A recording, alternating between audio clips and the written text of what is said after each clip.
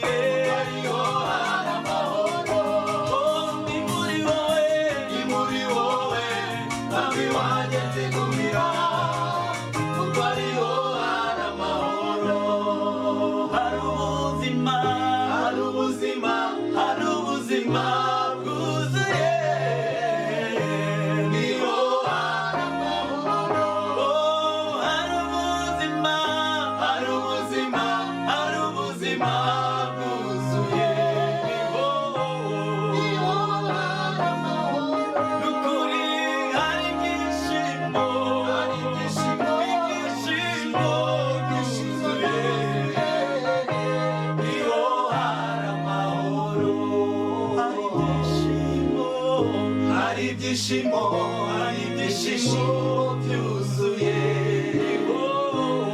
iyo hari amahoro.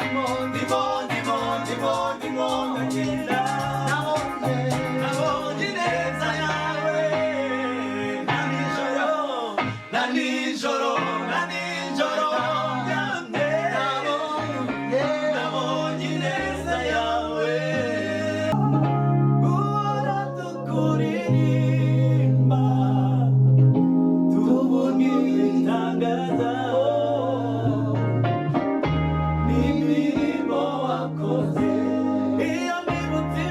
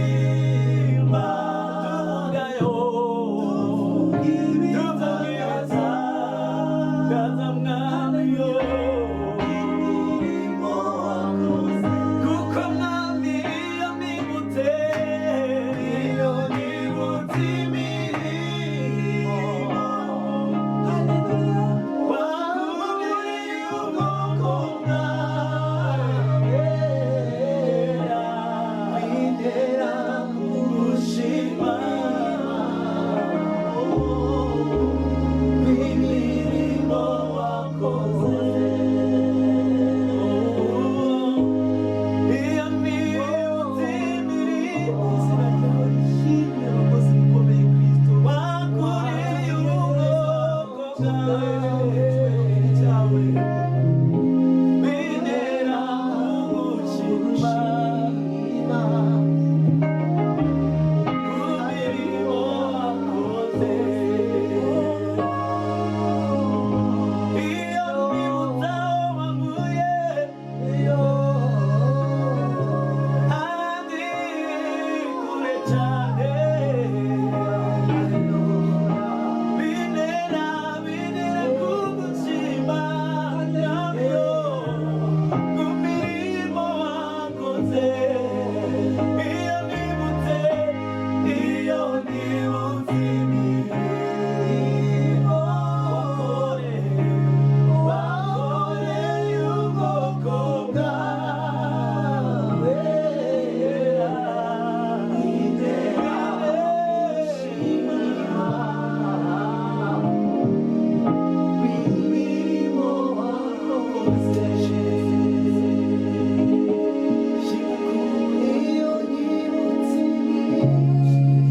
imirimo ikiri cyawe Imana ikomeye watubwiye neza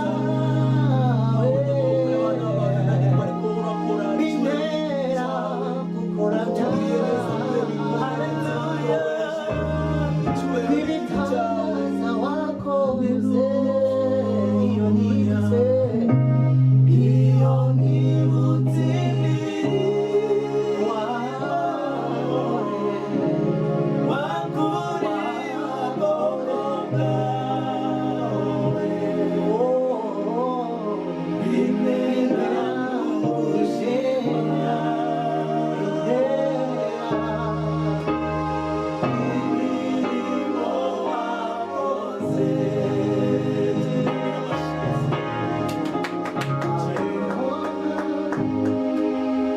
Jehova ushizwe hejuru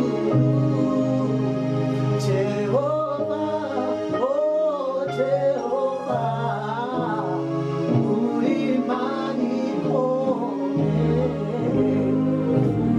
Jehova Jehova ushizwe hejuru Jehova oh Jehova uri Imana ikomeye Jehova Jehova Jehova ushizwe hejuru Jehova oh Jehova uri Imana ikomeye Jehova Jehova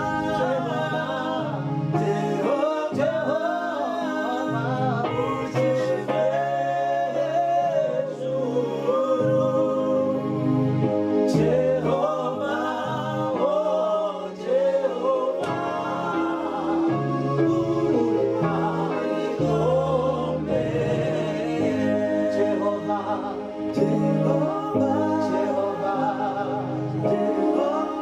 Jehova ushizwe hejuru Jehova oh Jehova uri Imana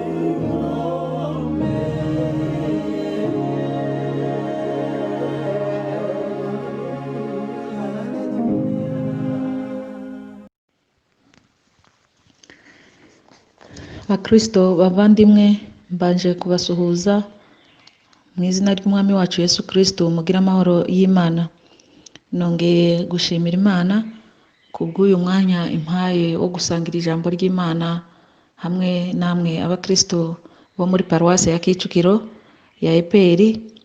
Nifuzaga kubabona amaso ku yandi kuko tudaherukanye, muzi neza ko hari igihe twabanye namwe muri uyu mwaka, ariko kubera impamvu z'ibi bihe turimo by'icyorezo cya korona ntabwo tubasha kubonana amaso ku yandi, ariko kandi nishimiye ko Imana yaciye ubu buryo kugira ngo nabwo bw'ikoranabuhanga tujye tubonana, tuganire tutabonanye amaso ku yandi, ariko nibura twongere dusangire ijambo ry'Imana. Mu by'ukuri ndabakumbuye, ariko kandi turizera ko Imana nyir'ibihe izaducira inzira tukongera tukabonana. Bavandimwe aho muri hose, ndizera ko muri amahoro. Mbahaye ikaze kugira ngo dusangire ijambo ry'Imana dusanga mu gitabo cya Samweli, igice ni icya 8, umurongo wa 16. Turasoma mu gitabo cya Samweli wa kabiri, igice ni icya 7, umurongo wa 8 kugera ku murongo wa 16. Dusome Samweli wa kabiri, igice cya 7, umurongo wa 8 kugera ku murongo wa 16. Nuko umugaragu wanjye Dawidi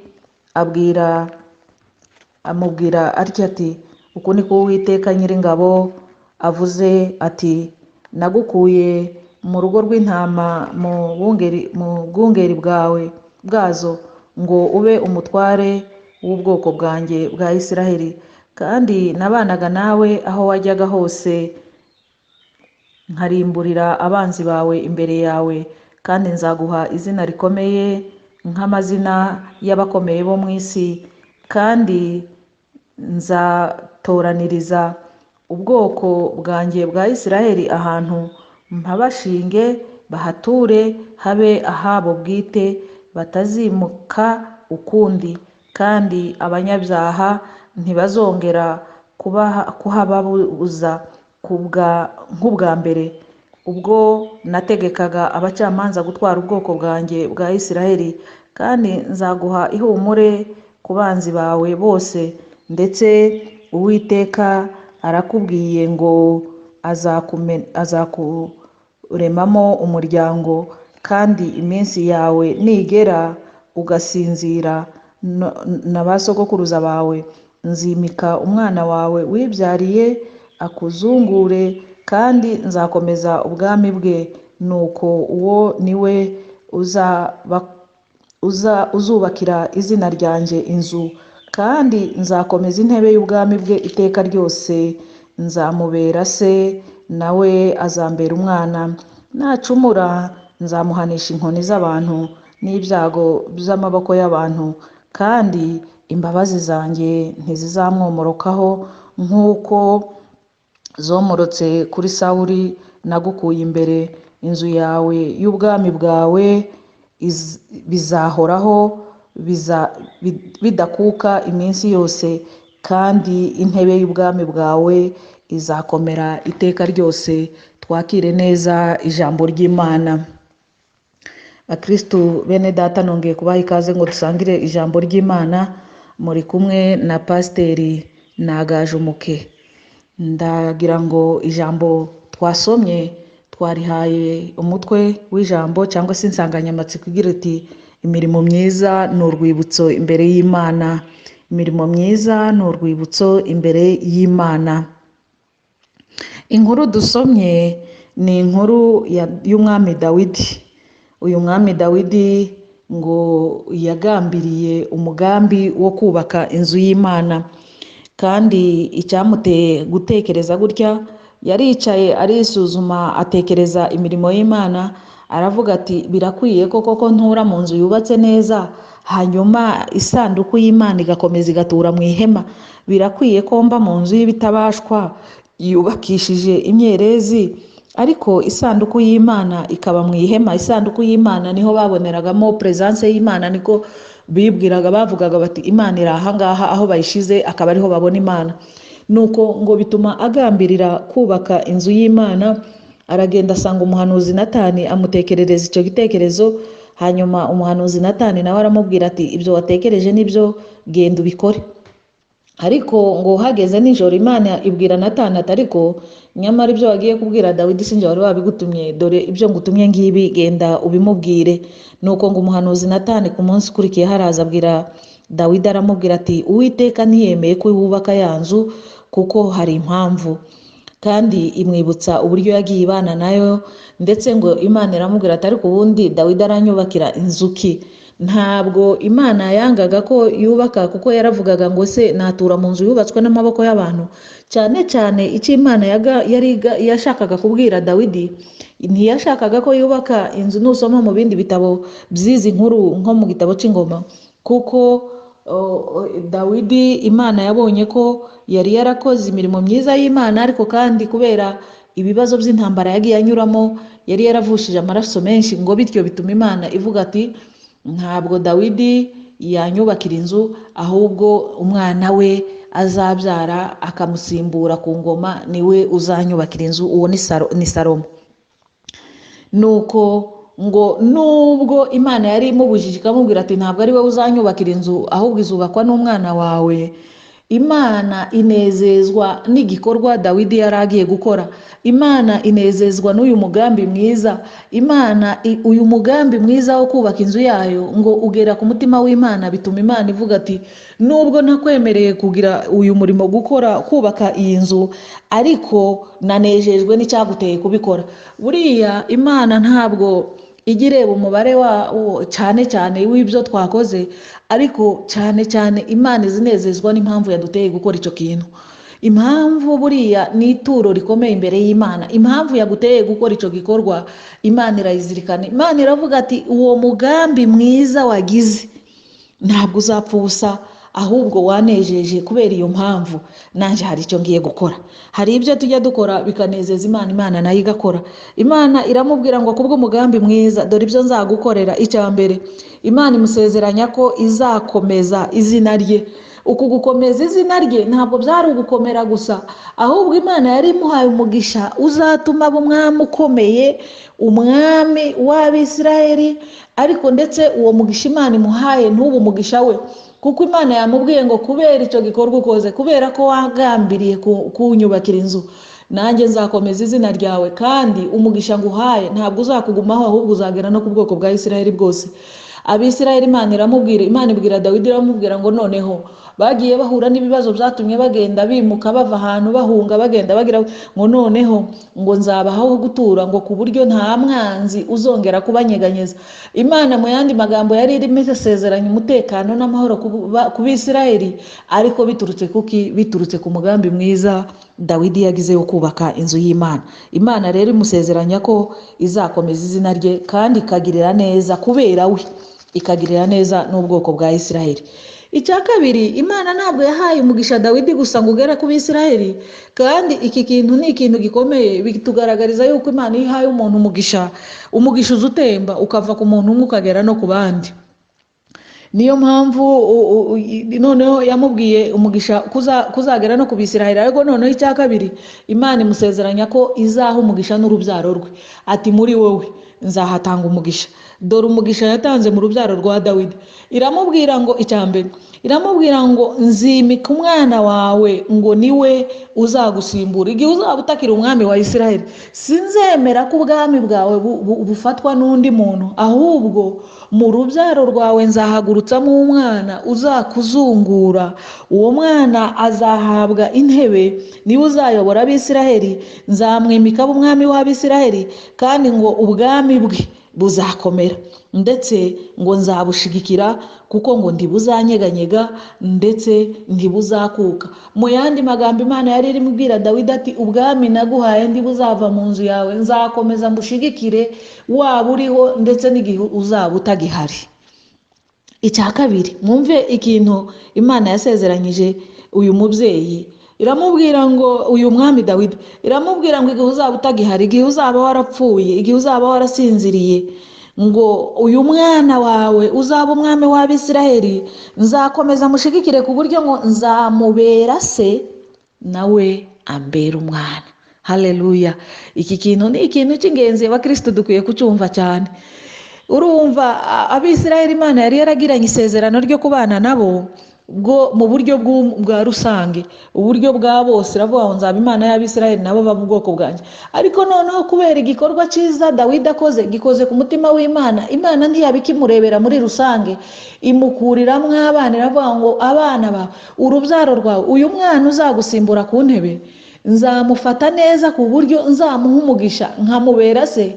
Mu miryango y'abantu benshi cyane cyane abanyarwanda dufite umuco kuko iyo umuntu apfuye agasiga abana bato, hari igihe umuryango wicara ugatekereza umuryango mugari ukavuga uti duhisemo umuntu runaka ajya areba abana bazareke gukomeza kuba imfubyi, bamugisha inama nawe abagira inama. Nuko ahangaha Imana yari ihaye garanti, ni nkaho yari imuhaye ikintu gifatika kivuga ati ntabwo nzakugirira neza igihe uriho gusa, ahubwo n'igihe uzaba utagihari nzakomeza ngirire neza urubyaro rwawe. Iramubwira ngo umwana wawe ntazitwa imfubyi, haleluya, kuko ngo nzaba nitwa se, kandi nawe ngo azakomeza mbere umwana.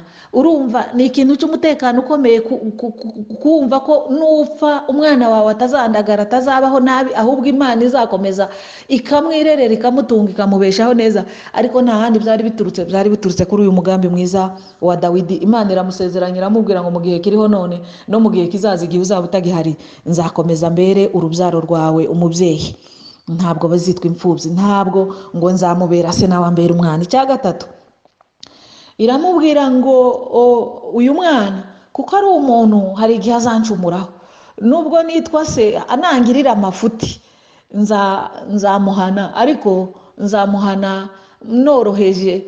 Yaravuze ngo nzamukubita inkoni nk'iz'abantu, kuko Imana iramutse igukubise ntiwabyuka.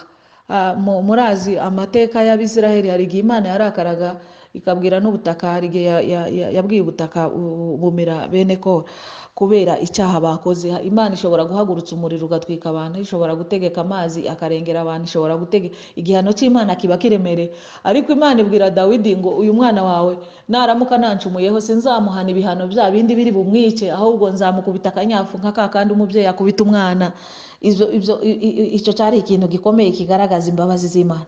Ariko icya kane, mwumve ikintu cya kane Imana ibwira Dawidi, iramubwira ngo uyu mwana wawe niyemeje kumubera se, ariko ngo dore icyo mugusezeranyije, ngo imbabazi zanje, haleluya, ngo imbabazi zanje ngo ntizizamwomorokaho ibihe byose, imbabazi zanjye ntizizamuvaho ibihe byose. Naryama imbabazi zanjye zizaba zimuriho, nabyuka imbabazi zanjye zizaba zimuriho, igihe arimo aragenda imbabazi zanjye zizaba ziri kumwe nawe, igihe yicaye imbabazi zanjye zizaba ziri kumwe nawe. Binyibukije Zaburi ya 23 Dawidi yavuze ukuntu Imana ari umwungeri wacu, aravuga ngo ntacyo tuzagabanukirwa, ntituzakena. Ku murongo wa nyuma aravuga ngo ni ukuri kugirirwa neza n'imbabazi z'Imana zizanyomaho ibihe byose nkiriho. Muri Bibiliya y'Ikinyarwanda iravuga ngo kukoma, ikintu iyo kikomyeho ni ukuvuga ngo kiba kigufasheho ku buryo kitakuvaho.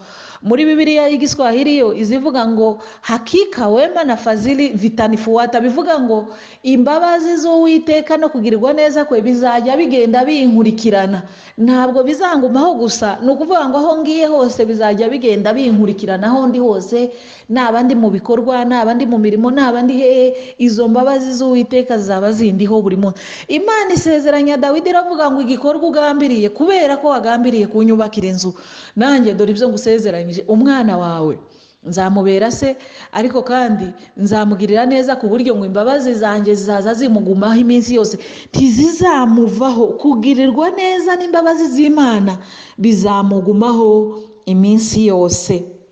Icya gatanu Imana iramusezeranya avuga ngo intebe yawe, inzu yawe n'intebe yawe ngo bizakomera kandi ntibizavaho. Kubera iki? Kuko muri wewe nakuyemo umuntu umwe uzaragwa ibyawe akakuzungura akaba umwami. Ni ukuvuga ngo ingoma yawe Dawidi biciye muri uwo mwana wawe izakomera, ngo kandi n'intebe ye ntizavaho ibihe byose, nzayishigikira ku buryo uzakomeza kwitwa umwami kabone n'ubwo uzaba utagihari. Iki ni ikintu gikomeye cyane. Murumva yuko hari ibikorwa bene data tujya dukora bikagenda bikagera ku mutima w'Imana, Imana ikanezerwa nayo ikagira ikikora. Aya masezerano yose Imana isezeranya Dawidi, ikavuga ngo nzakugirira neza, n'umwana wawe nzamugirira neza, Abisirayeli nzabagirira neza. Ibi byose nta handi byaturutse ku mugambi mwiza yari afite wo kubakira Uwiteka inzu yayo. Twatangiye tuvuga ngo insanganyamatsiko y'umunsi iravuga ngo imirimo yacu cyangwa se imirimo myiza dukora ni urwibutso imbere y'Imana. Ntabwo imirimo dukora tuba tugurira Imana ngo reka dukore kugira ngo iduhe, ariko kandi iyo tubikoze birazamuka bikagera imbere y'Imana, ntabwo bizima, ntabwo bisibangana. Ibi byanyibukije inkuru y'umwami Salomo. Dawidi amaze gupfa koko yasimbuwe n'umwami we n'umuhungu we witwa Salomo, aba ari umwami w'Abisirayeli, kandi ngo yabaye umwami ari umwana muto. Noneho kuko yari yarazirikanye iby'Imana ngo yagiriye neza se, ngo bituma akomeza kuba imbere y'Imana ashakisha kuba imbere y'Imana ngo no kubona ubwiza bw'Imana. Kandi ngo ibingibi ntiyabikoraga wenyine, ahubwo ngo yategekaga n'Abisirayeli bose, ngo iteraniro ryose akajya gutambira Imana ari kumwe nabo. Umunsi umwe nubisoma mu gitabo cy'Ingoma ya mbere igice cya mbere, uzasangaho inkuru z'ukuntu Dawidi yabaga imbere y'Imana. Nuko ngo umunsi umwe ngo yahoraga azamuka ku musozi, ngo aho yajyaga gutambira ibitambo by'Imana. Umunsi umwe ngo yazamutse azamukana n'Abisirayeli, ngo abategeka gutambira Imana, nawe ngo atangira gutambira Imana. Yatangaga ibitambo ku buryo ntiyatangaga kimwe. Ikintu cyantangaje muri icyo gice cy'Ingoma ya mbere igice cya mbere, haravuga ngo yatangaga ibitambo igihumbi. Ni ukuvuga ngo agatanga kimwe akabona iryo turo ridahagije, akongera agashyiraho ikindi akabona ridahagije, akongera agashyiraho icya kabiri akabona bidahagije, yageza 100 akabona ntibihagije, yageza 300 akabona ntibihagije, akongera agatamba, akongera agatura, akongera agazamura, ngo bikagera ibitambo 1000. Nuko umunsi umwe ngo abikoze agejeje 1000, Imana ngo birazamuka bigera ku mutima w'Imana. Imana iravuga ngo iki gikorwa Salomo akoze ngo gituma Imana yibwira ko nawe hari ikikwiye kumukorera. Haleluya. Navuze ngo bene data abakristo, uyu munsi ijambo turi busangire ni ukugira ngo mbibutse ko hari imirimo dukora igatera Imana gukora, imirimo iziba urwibutso. Imirimo myiza dukora yo gukorera Imana ntabwo igenda ngo ibure, igende izibagirane, ahubwo izizamuka ikagera imbere y'Imana, bigatuma Imana igira ikikora. Uyu munsi ngo Salomo yatambye ibitambo 1000, ngo birazamuka bigera imbere y'Imana. Imana iravuga ngo ntabwo naceceka, ngo bituma ivuga ngo nanjye nkwiye kugira icyo nkora. Ngo mwijoro iramusanga, iramusura, iramubwira ngo Salomo, ni ukuri ibyo wakoze byanejeje, none kubera icyo gikorwa wakoze kikanezeza, nanjye manuwe no kukubwira ngo nsaba icyo ushaka. Salomo ngo abwira Imana, arayibwira ngo icyo nkeneye Imana, wanyimitse ndi umwana, simfite ubushobozi bwo kuyobora ubu bwoko, ndagusabye icyo ngusabye kiruta ibindi, umpa ubwenge. Imana iramubwira ngo kuko utansabye ubutunzi n'icyubahiro, ubwenge akaba ari bwo unsaba, ubwenge ndabuguhaye, n'ibindi utansabye ndabiguhaye. Haleluya. Iri jambo ry'umwami Dawidi n'umuhungu we Salomo byaranejeje, ukuntu umuntu agambirira gukora, ukuntu umuntu akora igikorwa kigakora ku mutima w'Imana. Hari ibikorwa dukora bigakora ku mutima w'Imana, bigatuma Imana nayo igira ikikora. Ikindi kandi bene data abakristo, bene data bo muri paruwase ya Kicukiro, bo muri eperi ya Kicukiro, twamenye ibyiza Imana irimo irabakoresha, twamenye imirimo myiza, twarabyumvishe, kandi iyo tunyuzeho turabibona n'amaso yacu akabishima. Nimba tubishima, Imana yo ibishima kurushaho. Ibikorwa murimo gukora byo kubakira Imana inzu ntabwo bizagenda ubusa. Mbasangije izi nkuru z'umwami Dawidi, we Imana yamuhaye umugisha, iriya migisha yose nababwiye y'ibyo Imana yamubwiye izamukorera, wari umugambi gusa wo kubaka atarubaka. Ariko noneho mwebwe mwashize mu bikorwa, byavuye mu mugambi murimo murashira mu bikorwa.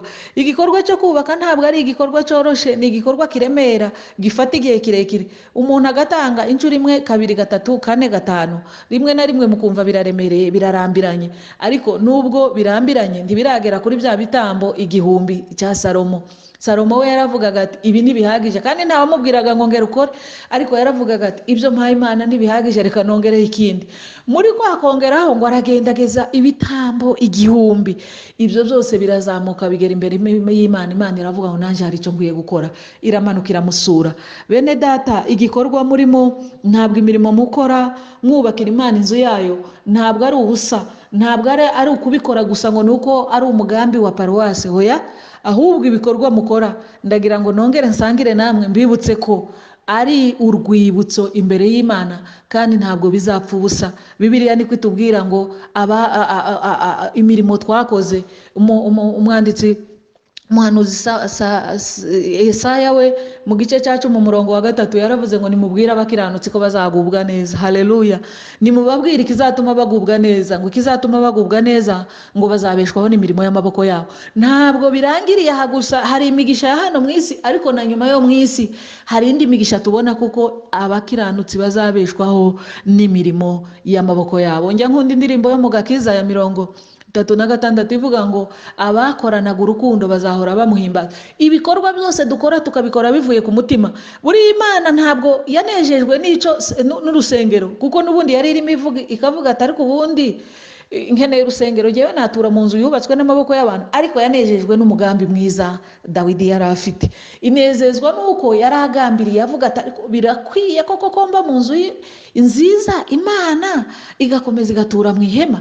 Kubera icyo gikorwa gituma Imana igira gute? Gituma Imana nayo igira icyo ikora, imusezeranya biriya byose. Bene data, ibikorwa mwakoreye imbere y'Imana ni urwibutso. Ibyo murimo murakora none n'ibindi muzakora ejo n'ibindi muzakora mu kwezi gutaha, mwe gucika intege, mukomere. Ni urwibutso imbere y'Imana, kandi ibyo dukoze tubikuye ku mutima w'urukundo, tudahatwa, tutingingirizwa, Imana ijya ibyibuka nayo ikamanukira gukora. Twavuga byinshi, hari ingero nyinshi zo muri Bibiliya Imana yagiye igaragaza ko ijya inezezwa n'ibikorwa by'abantu.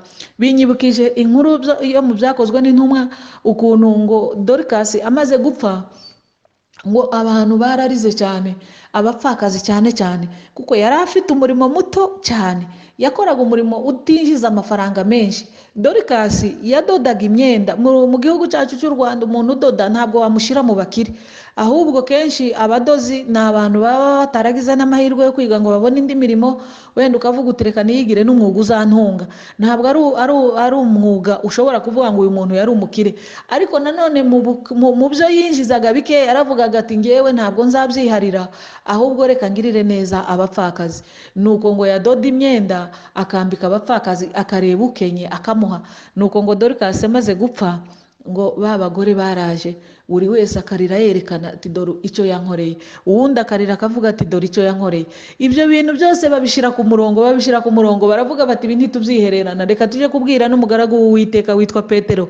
Nawe ngo bamubwiye bati twagize ibyago, uwatugiriraga neza ntabwo akiriho, yavuye mu mwuka. Nuko ngo Petero araza amurambitseho ibiganza, nuko Dorcas arabyuka. Dorcas iriya mirimo ye yakoze ku mutima w'Imana, ariko ikora no ku mutima w'umugaragu w'Uwiteka Petero, ngo bituma Imana igira icyo ikora ku bw'ubuzima bwa Dorcas. Bene data, mwoye gucika intege, nubwo umurimo mwatangiye uremereye, ariko kandi iyabahamagaye niyo kwizerwa, iyatangije umurimo muri mwebwe no kuwusoza izawusoza. Ariko kandi nanjye nsoje mbabwira ngo ibikorwa mwakoze imbere y'Imana ni urwibutso, birahagaze, bizahora byibukwa n'Imana, kandi Imana nibyibuka hari ingororano, hari umugisha muzabona mu kuboko kw'Imana. Reka nanjye umugaragu w'Uwiteka mbasabira umugisha kubw'ibyo bikorwa by'Uwiteka murimo gukora. Mana, ndagushimiye ku bw'abakristo bene data tubanye muri ubu buryo, nubwo tutabona n'amaso ku yandi, ariko dusangiye ijambo ryawe, twibuka yuko imirimo twakoze atari imfabusa imbere yawe, ahubwo ari urwibutso uzatwibukiraho. Uwiteka, ndagushimiye ku bwa paruwase ya EPR Kicukiro, ndagushimiye ku bw'abagabo n'abagore biyemeje gukora umurimo wawe, ndagushimiye ku bw'abakobwa n'abahungu, abana bato, umuntu wese watekereje akavuga ngo ntibikwiye ko inzu y'Uwiteka iba umusaka, akavuga ati ntibikwiye yuko inzu y'Uwiteka ikomeza gusa uko isa. Reka dukore umurimo mwiza nk'uriya Dawidi yagambiriye kubakira Uwiteka inzu nziza iyinejeje. Mana, nzi neza yuko igikorwa barimo barakora ari urwibutso imbere yawe. Nongeye gusaba umugisha Uwiteka, ijuru rikinguke ku bw'ubwoko bwawe, ubaha umugisha, umuntu wese abona umugisha, uwicaye abona umugisha, nibahaguruka babona umugisha, binjira babona umugisha, basohoka babona umugisha. Umugisha wawe wihoraho Uwiteka ubane nabo, ube mu ngo zabo no mu byo bakora byose. Reka iyi mirimo bakoze Mana, ndasenze kugira ngo yongere ibe urwibutso imbere yawe. Hari benshi bagusabye byinshi, ahari bamaze imyaka basenga batashubijwe. Ndasenze Uwiteka kugira ngo ibikorwa barimo barakora bizamuke bigere imbere yawe nk'uko ibitambo bya Salomo byageze imbere yawe ukamanukira kumubwira ngo nsaba icyo ushaka. Ndasenze Uwiteka kugira ngo wongere umanuke usure buri umwe wese mu izina rye, mu rugo rwe, aho atuye no mu bibazo bye, kugira ngo ugire icyo bamarira. Uwiteka ndagusabye kugira ngo umugisha wawe uhorane nabo, kandi nongeye gusengera kiriya gikorwa Mana. Ni igikorwa kiremereye gisaba byinshi, ariko ndasenze gukingura ijuru, ukingura imiryango myinshi, wohereze byinshi bituma umurimo wawe watangije uzawusoza. Natwe abagaragu bawe tukazamura izina ryawe, tukazamura ibiganza byawe tuvuga ngo Uwiteka wadukoreye ibikomeye, natwe turishimye. Mana, nkomeje gusaba umugisha wawe muri iyi paruwase, ndetse nsabira n'abantu bose bumvisha ijambo ryawe, kugira ngo umwuka wera riherekeze kandi wongere urisobanure kugira ngo baryumve kuruta uko twebwe turivuze. Mbisenze nizeye mu izina ryawe Yesu Kristo, amen. Mugire umunsi mwiza.